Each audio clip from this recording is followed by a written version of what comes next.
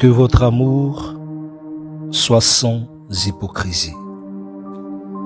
Shalom famille Emmanuel, shalom chers auditeurs et auditrices. Bienvenue à votre émission matinale Les ailes de l'aurore, précisément à la rubrique Rhéma Dunamis. Nous sommes aujourd'hui mardi 4 novembre 2025. Au micro, votre serviteur Élie Bro. Ce matin, Dieu nous fera encore du bien. Ce matin, la grâce de Dieu sera sûrement au rendez-vous et la main de Dieu à l'œuvre. Soyez donc les bienvenus à notre rubrique Rhéma Dunamis. Nous sommes rassemblés au nom du Père, du Fils et du Saint-Esprit. Amen. Jésus, Père Saint, merci pour l'opportunité encore que tu nous donnes de commencer cette journée, Papa, avec toi. De commencer cette journée sous ta grâce, sous ta faveur, sous la direction de ton esprit. Père, bénis-nous. Bénis-nous ce matin. Que nos voix soient conduites par toi. Que nos décisions soient inspirées de toi. Et que ton ciel, sous lequel nous demeurerons cette journée, nous soit ouvert. Afin que ta faveur nous donne accès à la grandeur. Qu'il en soit ainsi par le nom puissant de Jésus. Amen. Les textes soumis à notre méditation ce matin est tiré du livre de Romains. Le texte est tiré de la lettre de Saint Paul apôtre aux Romains, chapitre 12, versets 5 à 16. Je lis la parole de Dieu avec respect et considération. Frères, nous qui sommes plusieurs, nous sommes un seul corps dans le Christ et membres les uns des autres, chacun pour sa part, selon la grâce que Dieu nous a accordée. Nous avons reçu des dons qui sont différents. Si le don de prophétie, que ce soit à proportion du message confié, si c'est le don de servir, que l'on serve.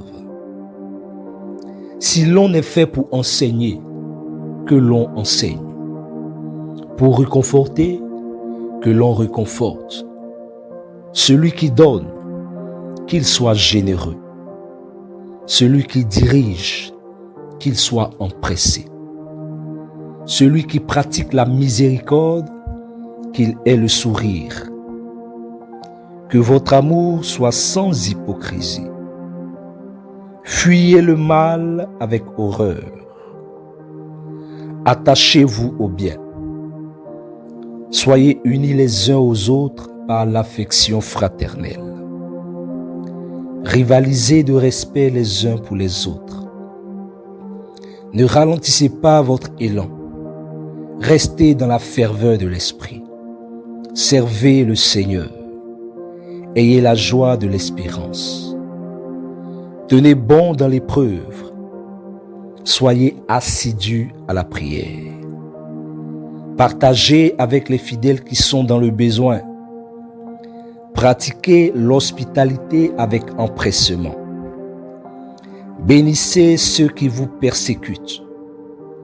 Souhaitez-leur du bien et non pas du mal. Soyez joyeux avec ceux qui sont dans la joie. Pleurez avec ceux qui pleurent. Soyez bien d'accord les uns avec les autres. N'ayez pas le goût des grandeurs, mais laissez-vous attirer par ce qui est humble. Parole du Seigneur Dieu Tout-Puissant. Nous rendons grâce à Dieu. Le thème de notre exhortation matinale, à partir de ce passage de la lettre aux Romains,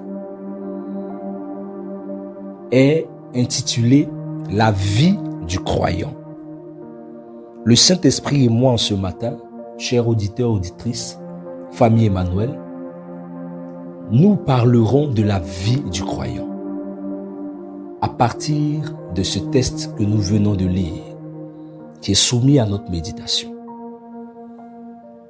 La vie du croyant dans l'église locale, en famille et dans la société. Il faut comprendre que l'église locale, c'est le lieu où nous nous rassemblons pour faire le culte ou pour célébrer la messe. On dira donc que l'église locale, c'est le temple pour ceux qui sont de confession religieuse protestante ou méthodiste ou évangélique. Pour ceux qui sont du judaïsme, l'église locale, c'est la synagogue. Et pour nous qui sommes de confession religieuse catholique, l'église locale, c'est la paroisse. Et donc, dans l'église locale, quelle vie doit mener le croyant? Quelle vie doit mener le chrétien dans l'église locale? Ou sur sa paroisse? Ou dans sa synagogue? Ou dans son temple? L'apôtre Paul, dans sa lettre à l'église de Rome, nous fait comprendre que nous sommes un seul corps, dont la tête est le Seigneur Jésus-Christ, et nous constituons les membres de ce corps. La vie du chrétien, dans son église locale, dans son temple, dans sa paroisse, dans sa chapelle, c'est de participer à la vie de l'église en mettant l'accent sur les grâces qu'il a reçues, en mettant en exergue à la disposition de l'église les dons qu'il a reçus, en mettant au service de la communauté religieuse les dons, les grâces qu'il a reçues pour l'édification de l'église. C'est en cela le Seigneur Jésus nous dit dans le livre de Matthieu, chapitre 5, verset 15, « On n'allume pas une lampe pour la mettre sous le boisseau, mais on la met sur le chandelier et elle éclaire tous ceux qui sont dans la maison. » Pour dire en fait, chrétien, chrétienne, famille Emmanuel qui m'écoute, tu dois mettre ton don et ton talent au service de ta paroisse. Tu dois mettre ton don et ton talent au service de ton église locale, en prenant part aux activités de ta CEB, en intégrant les mouvements de ta paroisse, en faisant partie des groupes de prière ou même des communautés nouvelles. Tout cela pour l'édification de l'église et pour l'édification de ta propre foi. Je veux t'inviter ce matin, au travers de cette exhortation, et je veux t'encourager à être plus engagé dans les activités de ton église, dans les activités de ta paroisse. Il est très important que tu sois engagé dans les activités de ton église, dans les activités de ta paroisse. Parce qu'en étant engagé, cela donne de la vie à ta paroisse, à l'église, pour plusieurs. Je t'invite donc et je t'encourage à nous rejoindre, à rejoindre Vision Emmanuel au travers de son apostolat, la mission catholique Emmanuel, afin de manifester encore plus ta foi en Jésus-Christ et de participer à la vie de l'Église. Donc, ce que nous venons de dire là, c'est la vie du croyant dans l'Église locale. Maintenant, qu'en est-il de la vie du croyant en famille et en société? Que nous dit l'apôtre Paul? Il faut comprendre que en société et en famille, l'apôtre Paul, dans sa lettre, met l'accent sur l'amour. La vie du croyant, la vie du chrétien en famille et en société doit être une vie pleine d'amour. Une vie pleine d'amour qui se démontre par la vérité. C'est en cela que l'apôtre Paul nous dit que votre amour soit vrai et sans intérêt. Écoute, tu ne peux pas dire être chrétien et tu vis dans l'hypocrisie. Tu ne peux pas dire être chrétien, aller aux messes, aller au culte, engagé dans l'église locale et tu n'es pas vrai avec les autres. Tu n'es pas vrai avec toi-même. Tu n'es pas vrai avec ta famille. L'apôtre Paul nous invite premièrement à être vrai en société et en famille. Deuxièmement, à éviter de faire du mal. Éviter de faire le mal aux autres. Évite d'être méchant envers les autres. Ce que tu ne veux pas qu'on te fasse, ne fais pas cela aux autres. C'est pas bon. Tu ne peux pas te dire croyant et chrétien et tu vis dans une méchanceté qui ne dit pas son nom. Engagé dans l'église locale, engagé dans les mouvements, mais dans ta maison, mais dans ton entourage, c'est un autre visage. Troisième chose dont nous exhorte encore l'apôtre Paul, respecter l'autre. Apprenons à nous respecter. Apprenons à nous respecter en famille et en société. Aussi, il nous exhorte à aider les chrétiens qui sont dans le besoin.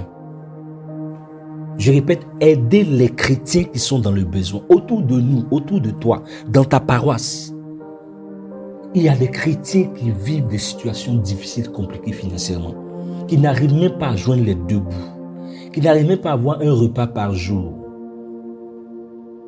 Ces personnes-là, il faut les aider.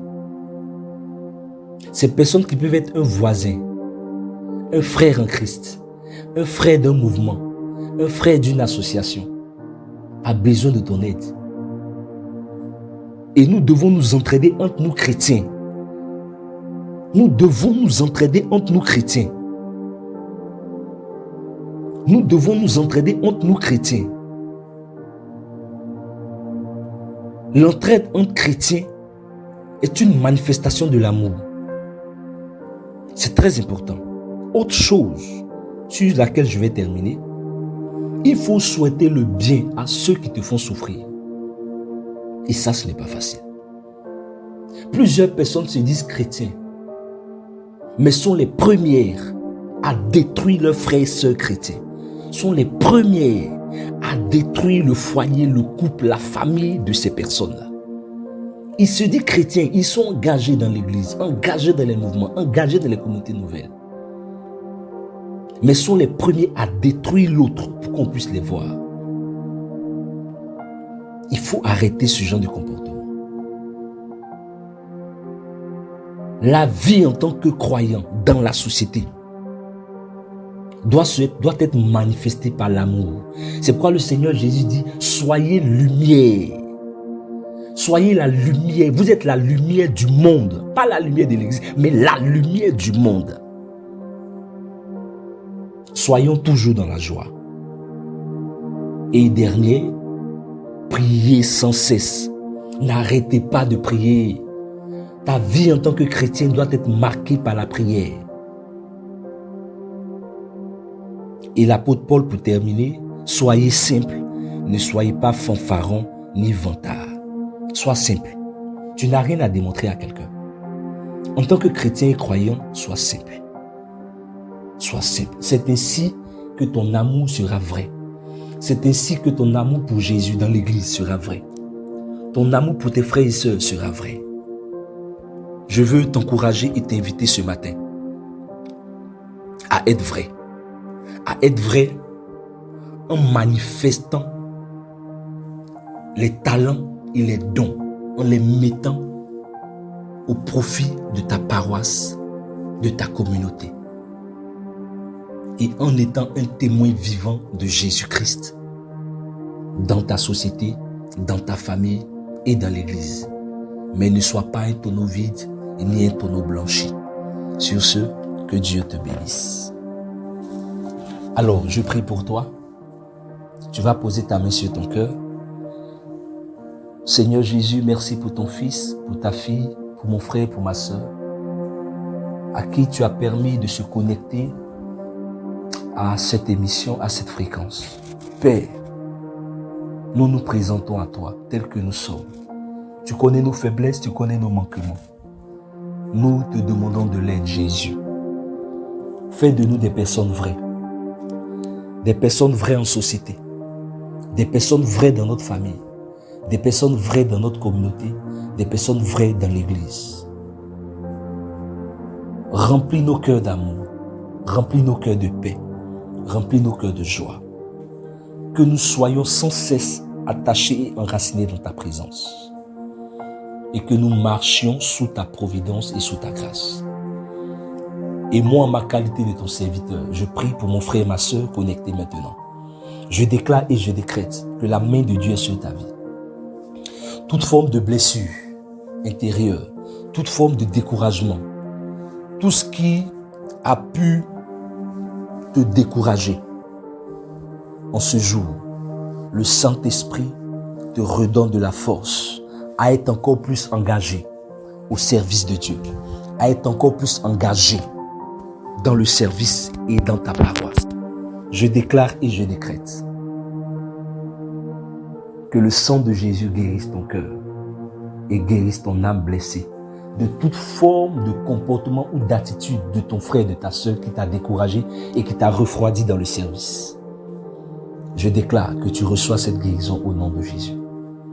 Je déclare, je décrète que l'Éternel t'accorde la grandeur au milieu de ta famille, au milieu de tes frères et sœurs et en société. Qu'il en soit ainsi au nom de Jésus. Pendant que tu dis 3 fois Amen, cela s'accomplit pour toi. Amen, Amen, Amen. Que Dieu te bénisse, que la grâce de Dieu te localise.